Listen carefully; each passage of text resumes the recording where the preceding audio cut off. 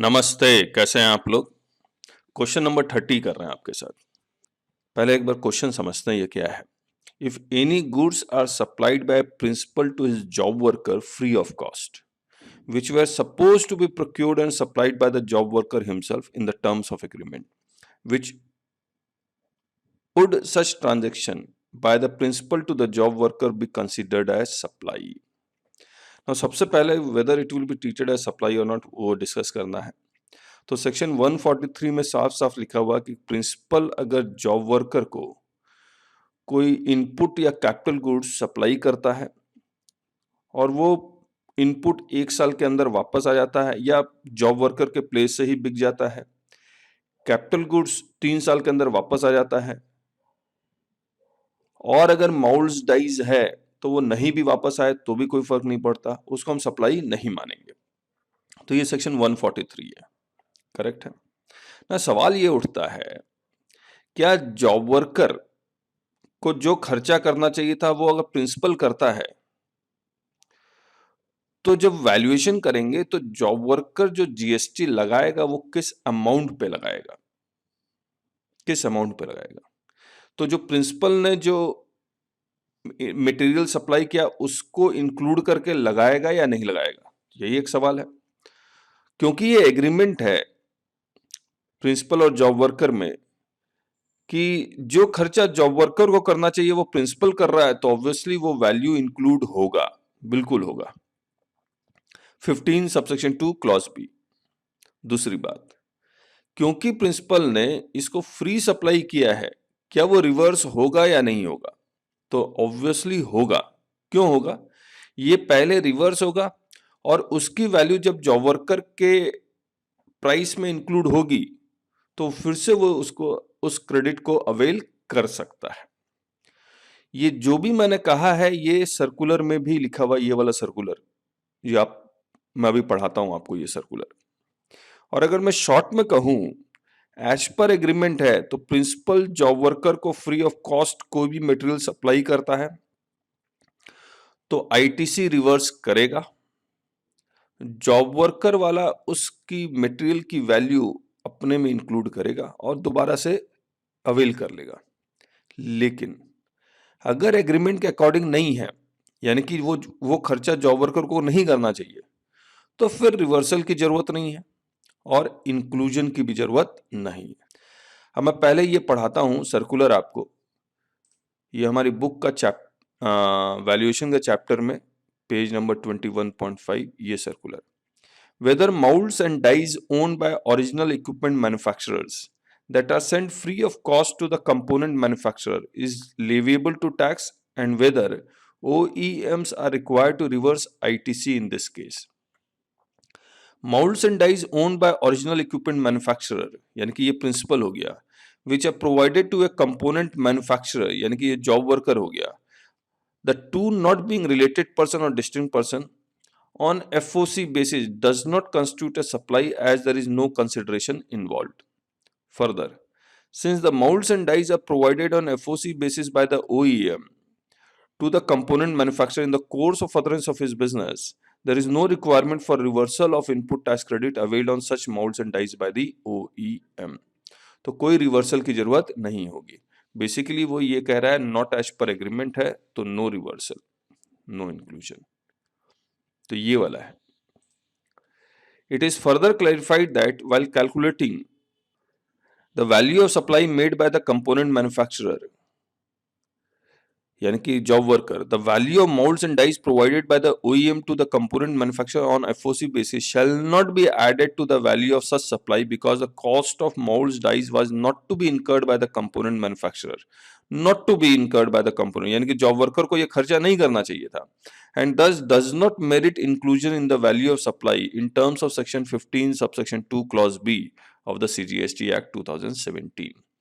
तो जो हमने ये बातें की थी आपके साथ, ये वाली नो रिवर्सल नो इंक्लूजन। अब आगे, however, if the contract between OEM and the component manufacturer was for supply of components made by using molds or dies belonging to the component manufacturer, but the same have been supplied by the OEM to the component manufacturer on FOC basis, यानी कि जो खर्चा component manufacture करना चाहिए, यानी कि agreement में क्या लिखा हुआ था कि कंपोनेंट मैन्युफैक्चर अपने मोल्ड्स और डाइज से वो इक्विपमेंट बनाएगा, लेकिन प्रिंसिपल सप्लाई कर देता है, but the same have been supplied by the OEM to the component manufacturer on FSC basis. The amortized cost of such mold dies shall be added to the value of components. In such cases, the OEM will be required to reverse the credit availed on such molds and dies, as the same will not be considered to be provided by OEM to the component manufacturer in the course of furtherance of farmer's business. तो अगर as per agreement है तो reversal होगा, यहां inclusion होगा। अब ICAI का answer देखते हैं। ICAI का ये पहला पार्ट में उन्होंने कहा कि क्या ये वैल्यू इंक्लूड होगा या नहीं होगा, तो जॉब वर्कर के हैंड में तो बिल्कुल इंक्लूड होगा, जो सर्कुलर में है, और उन्होंने लिखा भी। इसका जवाब उन्होंने लिखा नहीं, if not whether the principal has to reverse the ITC on supplies so made free of cost, बल्कि उन्होंने इस पैराग्राफ में ये लिख दिया कि प्रिंसिपल जॉब वर्कर को अपने पास से मटेरियल दे या फिर थर्ड पार्टी से जॉब वर्कर के पास आए।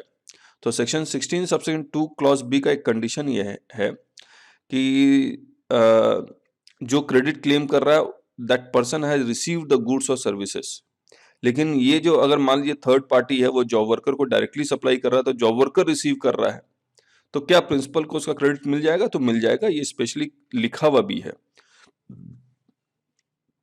तो उन्होंने यही लिखा हुआ है, तो ये जवाब दे दिया, जवाब इसका होना चाहिए था। तो ये कंप्लीट है, आगे करते हैं नेक्स्ट वीडियो में।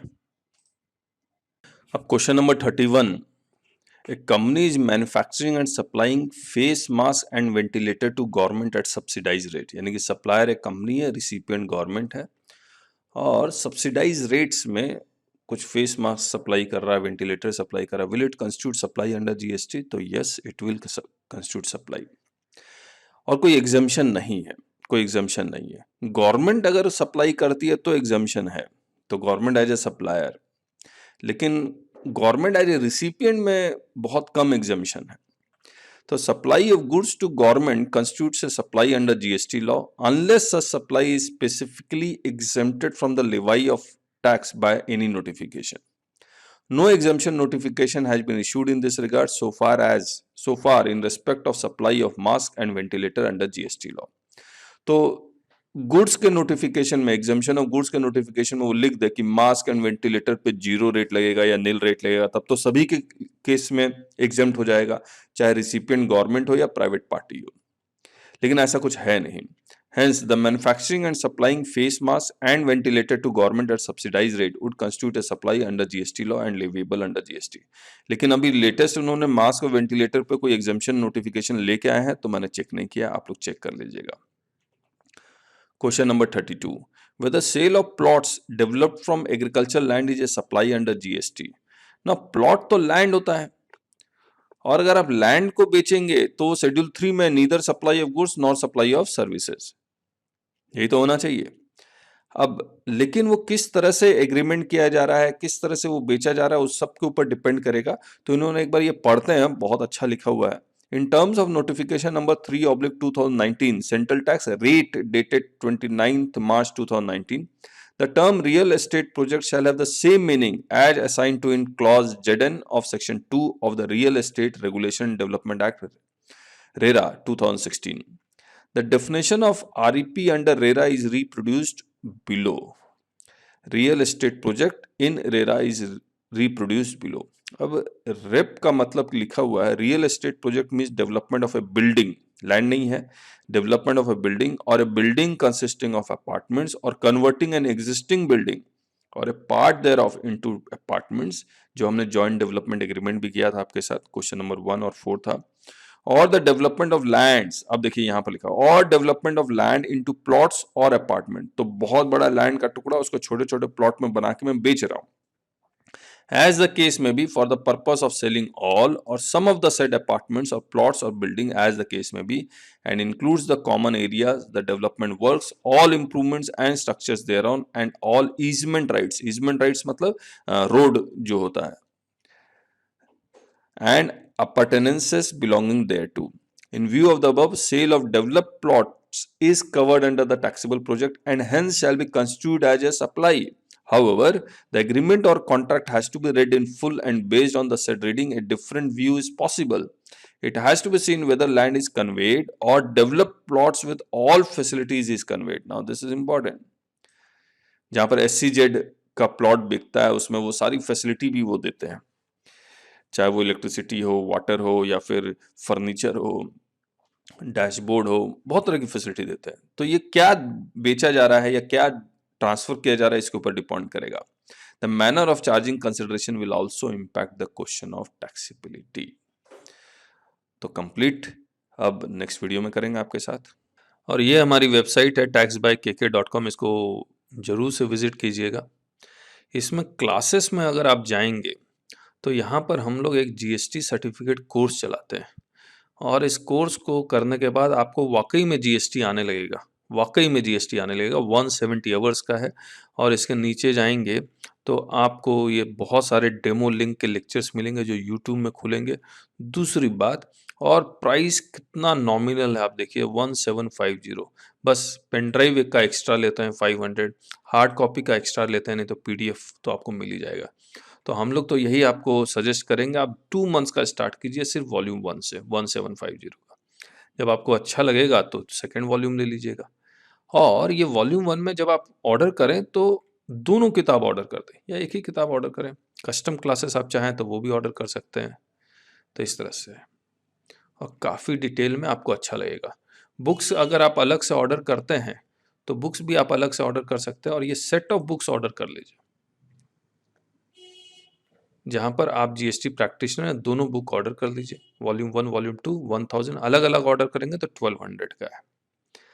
और हम लोग सब कुछ बेचते नहीं हैं, बहुत सारी चीज़ें फ्री में भी हैं। तो ये फ्री में ये बहुत सारी चीज़ें आप प्लीज़ चेक कर लीजिए, आपको जो पसंद आता है डाउनलोड कीजिए। आपको कुछ पेमेंट करना चाहते हैं तो आप पेमेंट भी कर सकते हैं। ये जो हम लोग डिस्कस कर रहे हैं, ये वाला FAQ, इसको भी आप डाउनलोड कर सकते हैं। इसको टाइम टू टाइम हम लोग अपडेट भी कर रहे हैं। So thank you so much, bye bye. और यूट्यूब चैनल जरूर से ज्वाइन कीजिए। हम लोग 503 क्वेश्चन डिस्कस करने वाले हैं। हम लोग कम से कम 40 क्वेश्चन तो डिस्कस कर ही चुके हैं, बाकी आगे कर रहे हैं।